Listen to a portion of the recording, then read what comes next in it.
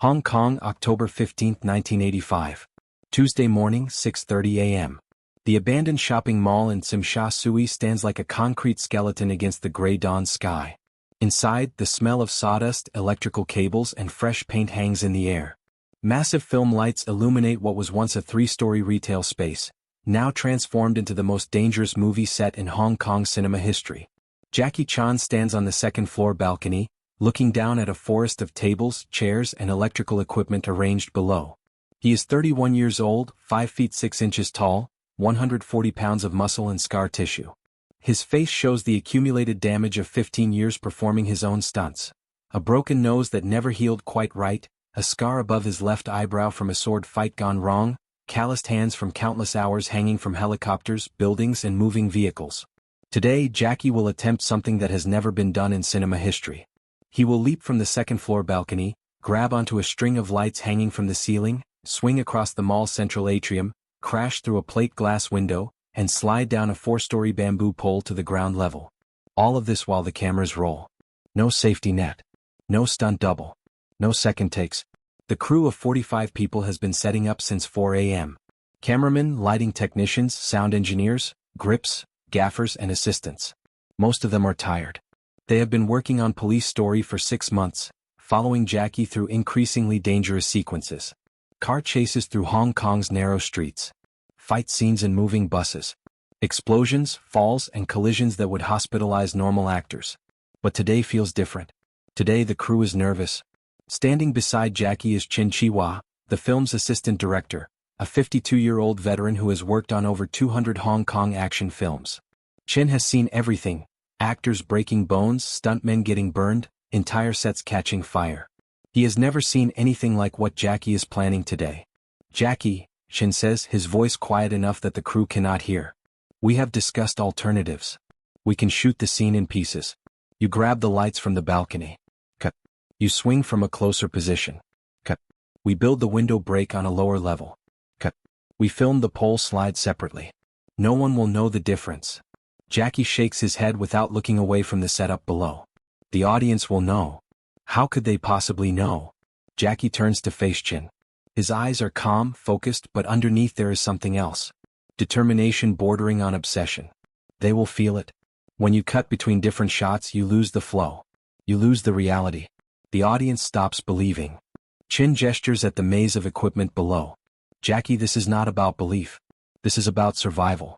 You are asking your body to do something physics does not allow." The distance from the balcony to the lights is 12 feet. The lights are not designed to support human weight. The window is real glass, not sugar glass. The pole is 4 stories high. Any one of these elements could kill you. Jackie has heard variations of this conversation every day for 6 months. From his producer, Willie Chan. From his stunt coordinator, Mars. From his cinematographer, Chung Yu-cho. From his own brother, who called him 3 days ago begging him to reconsider. But Jackie knows something they do not understand. Hong Kong action cinema is dying. Bruce Lee's death in 1973 left a void that dozens of actors tried to fill, but none succeeded. The Shaw Brothers studio system is collapsing. International audiences are losing interest in kung fu films. Hollywood is producing bigger, more expensive action movies with better special effects and bigger stars. The only advantage Hong Kong cinema still has is reality. Real stunts. Real danger. Real human bodies pushed beyond normal limits. If Jackie starts using safe alternatives, starts cutting corners, starts protecting himself, Hong Kong action cinema becomes just another category of film, competing against Hollywood budgets and losing. Jackie cannot allow that to happen. "I understand your concerns," Jackie tells Chin. "But we will do the stunt as planned." Chin nods reluctantly. He has worked with Jackie long enough to know that arguing is pointless. Jackie's reputation is built on never saying no to a dangerous stunt, never backing down from a challenge, never letting fear make decisions for him. But reputation and reality are different things. At 7:15 a.m., the crew completes the final safety checks. The lighting rig has been reinforced with additional cables. The glass window has been cleaned to ensure maximum visibility. The bamboo pole has been tested with 200 pounds of weight. Fresh sawdust has been spread on the ground level to cushion any potential fall. The cameras are positioned at 5 different angles. One on the balcony to capture the initial leap, one in the atrium to film the swing sequence, one focused on the window, one following the pole descent, and one master shot to record the entire sequence from beginning to end. Jackie strips to his white dress shirt and dark trousers, his character's police uniform. No pads, no hidden protection. What the audience sees is what exists. At 7:30 a.m., the crew takes their positions. The assistant director calls for silence on the set. 45 people stop moving, stop talking, stop breathing. Jackie climbs the stairs to the second-floor balcony. Standing at the edge, he looks down at the central atrium. The distance to the lights seems longer than it did during rehearsals. The lights themselves look thinner, more fragile. The window seems smaller. The pole appears more unstable. For the first time in months, doubt enters Jackie's mind. What if Chin is right? What if this is not courage but stupidity? What if the difference between a hero and a fool is not determination but judgment? Jackie closes his eyes, breathes deeply, and remembers why he is here. Hong Kong, 1962. Jackie is 8 years old, enrolled at the Chinese Opera Research Institute, a traditional Peking opera school that trains children in acrobatics, martial arts, and performance. The training is brutal, 14 hours a day, 6 days a week, no breaks, no mercy. Students who cannot keep up are beaten. Students who complain are expelled. Jackie survives by learning to push his body beyond what seems possible. He learns to fall without breaking bones, to absorb impacts without losing consciousness, to perform complex acrobatic sequences while injured, exhausted, or afraid. Most importantly, he learns that the difference between possible and impossible exists only in the mind. Hong Kong, 1976.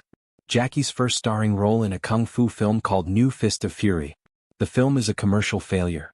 Critics compare him unfavorably to Bruce Lee. Studio executives tell him he will never be a movie star. Too short, too young, too uncharismatic. Jackie learns that in Hong Kong cinema, actors are replaceable. Only one thing cannot be replicated: the willingness to risk everything for 30 seconds of screen time. Hong Kong, 1980.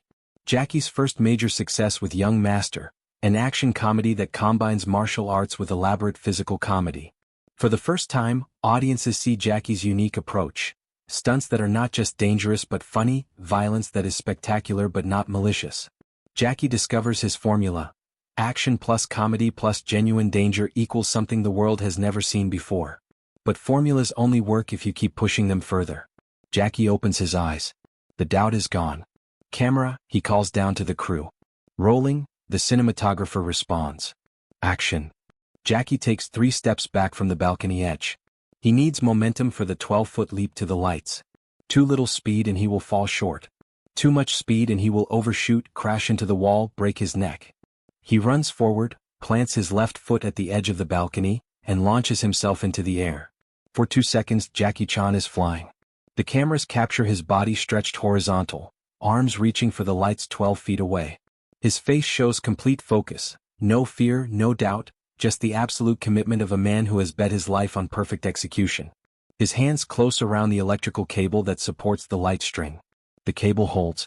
Jackie swings forward, his momentum carrying him in a wide arc across the atrium. Below him, the crew tracks his movement, cameras rolling, everybody holding their breath. The swing sequence works perfectly. Jackie's body moves through the air with the grace of a gymnast and the purpose of a missile.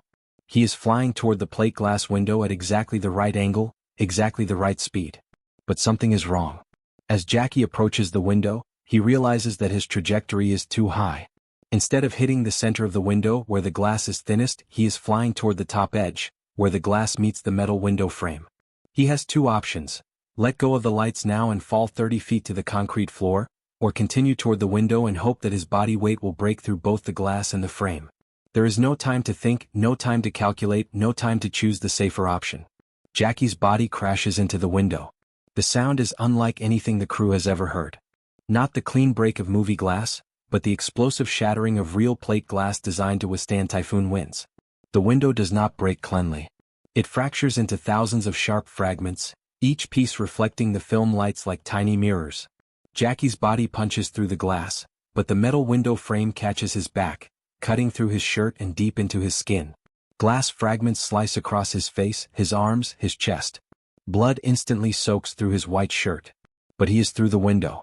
Now comes the most dangerous part, the 4-story slide down the bamboo pole.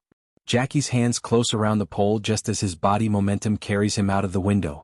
He is 40 feet above the ground level, gripping a bamboo pole that was never designed to support the sudden impact of a human body traveling at high speed. The pole bends under Jackie's weight. Not a graceful bend, but a sharp crack that echoes through the mall. The bamboo begins to split along its length. Jackie starts sliding down, but the pole is no longer straight.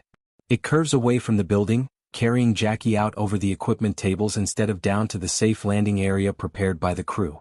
He is sliding down a breaking pole, bleeding from glass cuts, toward a landing zone filled with metal equipment that could cripple or kill him. The crew watches in horror. There is nothing they can do.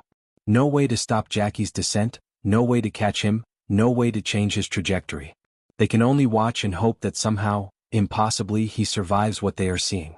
Jackie realizes he has lost control of the situation. The pole is breaking apart in his hands. His blood is making his grip slippery. The ground is rushing up at him faster than he expected. For the first time in his career, Jackie Chan is genuinely afraid. Not afraid of dying, he has been close to death many times before. Afraid of failing.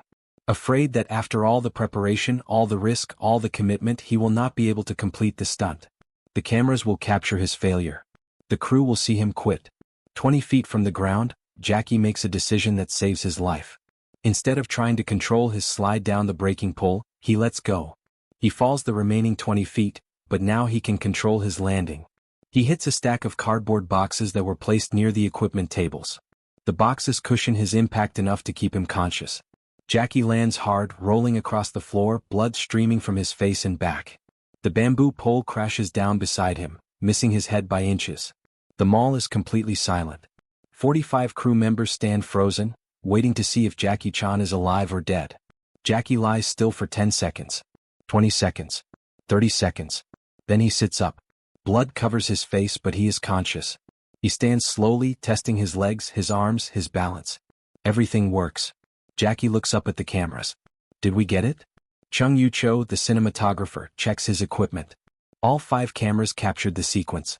The master shot recorded the entire stunt from beginning to end without cuts. We got it, Jackie.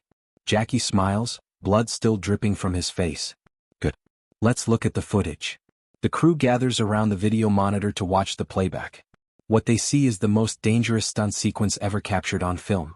Jackie's leap to the lights, the swing across the atrium, the crash through the glass window, and the slide down the breaking pole, all of it recorded in real time with no cuts, no effects, no safety measures. It looks impossible. Even watching the footage, knowing it just happened, it looks impossible.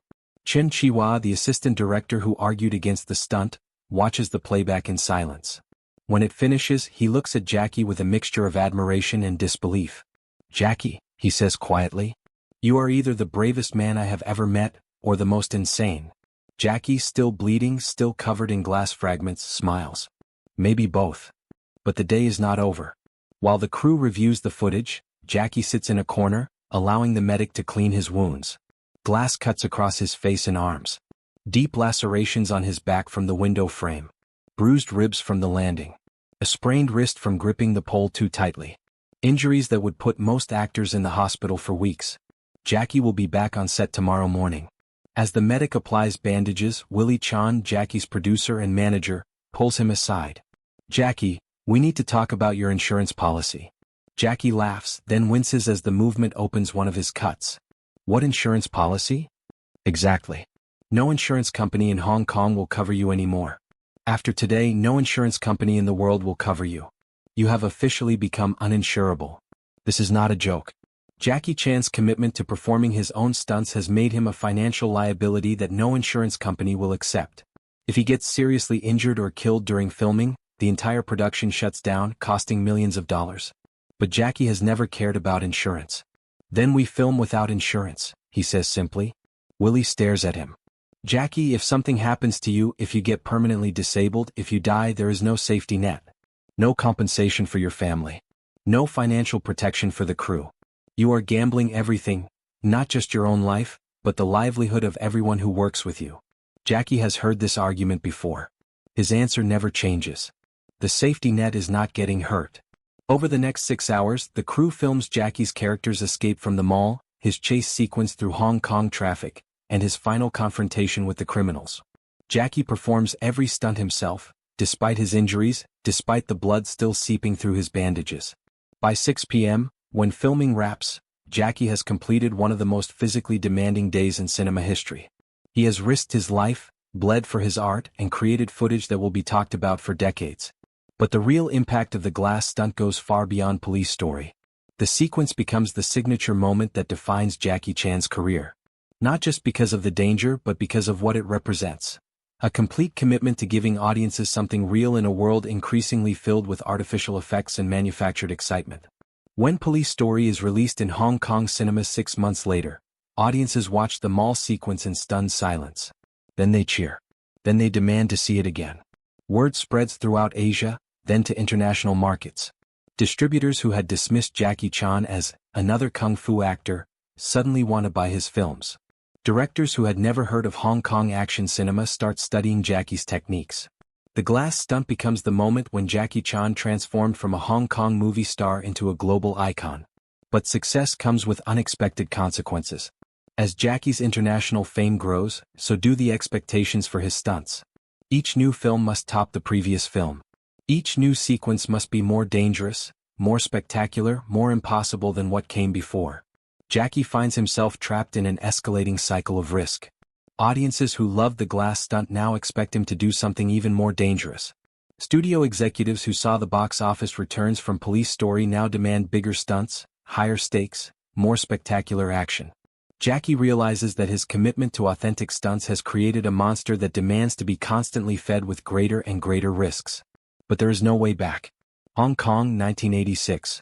1 year after the glass stunt. Jackie is preparing for the filming of Armor of God, an action-adventure film that will require him to jump from a cliff, hang from a hot air balloon, and fight on a moving train. During a relatively simple stunt, jumping from a tree branch to a stone ledge, Jackie miscalculates the distance. He falls, hits his head on a rock, and fractures his skull. For 3 days, doctors are not sure if he will survive. When he wakes up in the hospital, permanently deaf in one ear, the first thing he asks is, "When can I go back to filming?" Los Angeles, 1995.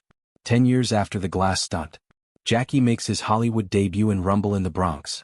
American stunt coordinators watch his work and declare it impossible to duplicate. American insurance companies refuse to cover any production that allows Jackie to perform his own stunts. Jackie finds himself fighting not just for artistic control, but for the right to continue doing what made him famous. The American film industry wants Jackie Chan the movie star, but not Jackie Chan the stunt performer. They want his name, his face, his charisma, but not the dangerous commitment that created his reputation. Jackie refuses to compromise. For the next 25 years, Jackie continues to perform his own stunts, continues to risk his body for 30 seconds of screen time, continues to give audiences something they cannot see anywhere else. But every year the stunts get harder to recover from. Every injury takes longer to heal. Every new film requires Jackie to push a body that is increasingly held together by scar tissue, pins, and willpower. Hong Kong, 2012. 27 years after the glass stunt. Jackie, now 58 years old, announces that Chinese Zodiac will be his final action film. His body can no longer handle the demands he has placed on it for 4 decades. In his autobiography, Jackie reflects on the price of his commitment. People ask me if the stunts were worth it. Worth the injuries, worth the pain, worth the years of recovery. I tell them that the question misses the point. The stunts were not separate from the films. They were not risks I took to make the films better. The stunts were the films. Without them, everything else was just acting. But perhaps the most revealing insight comes from Chin Chihuahua, the assistant director who witnessed the glass stunt and tried to talk Jackie out of it. In a 2015 interview, Chin was asked what he learned from working with Jackie Chan. "I learned that there are 2 types of people in the world," Chin said. "Those who see impossible and stop. And those who see impossible and start planning." Jackie was the second type. The glass stunt was not about proving he could do something dangerous. It was about proving that impossible is just a word. The glass stunt footage still exists. 40 years later, it remains one of the most dangerous sequences ever captured on film. Modern stunt performers study it, not to duplicate it, but to understand the level of commitment required to create something truly extraordinary. But the real legacy of that October day in 1985 is not the footage itself. It is the proof that one person's absolute commitment to their craft can change an entire industry. Before Jackie Chan, action films were about stories that happened to include action. After Jackie Chan, action films became about action that happened to include stories. Before Jackie Chan, audiences accepted that movie stunts were performed by anonymous stunt doubles. After Jackie Chan, audiences expected to see the real actor facing real danger. Before Jackie Chan, good enough was good enough. After Jackie Chan, anything less than complete authenticity felt like cheating. 6 hours after a crew member said the stunt was impossible, Jackie Chan had not just proven it was possible, he had redefined what was possible. And that redefinition changed cinema forever. The glass stunt was never just about Jackie Chan jumping through a window. It was about showing the world that impossible is not a fact. It is a choice. Some people choose to accept impossible. Others choose to shatter it. On October 15, 1985, Jackie Chan chose to shatter it. Literally.